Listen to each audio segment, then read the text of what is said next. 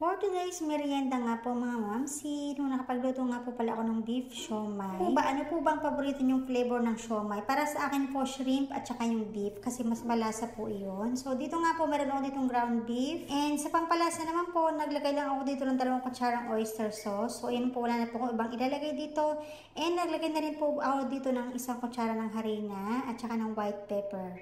Pagkatapos ay haluin po natin, hinalo ko po ito ng mabuti para syempre mag-mix lahat. At naglagay nga rin po pala ako dito ng 1 pirasong itlog, ayan. Para po syempre mas dumami yung ating siomai. So dito naman po sa pagbabalot ng siomai, napakadali lang naman po nito. Meron nga po pala ako dito syempre siomai wrappers. O ayan ba?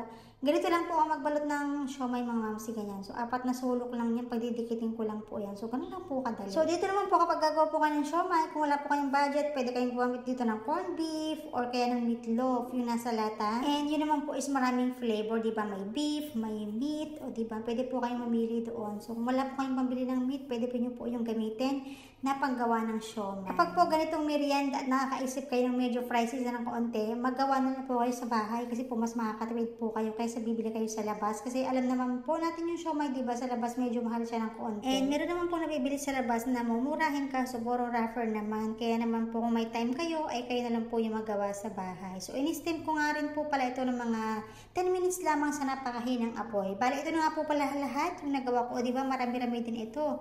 Good for 3 na siya. Tapos konting beef lang naman yung nagamit ko dito.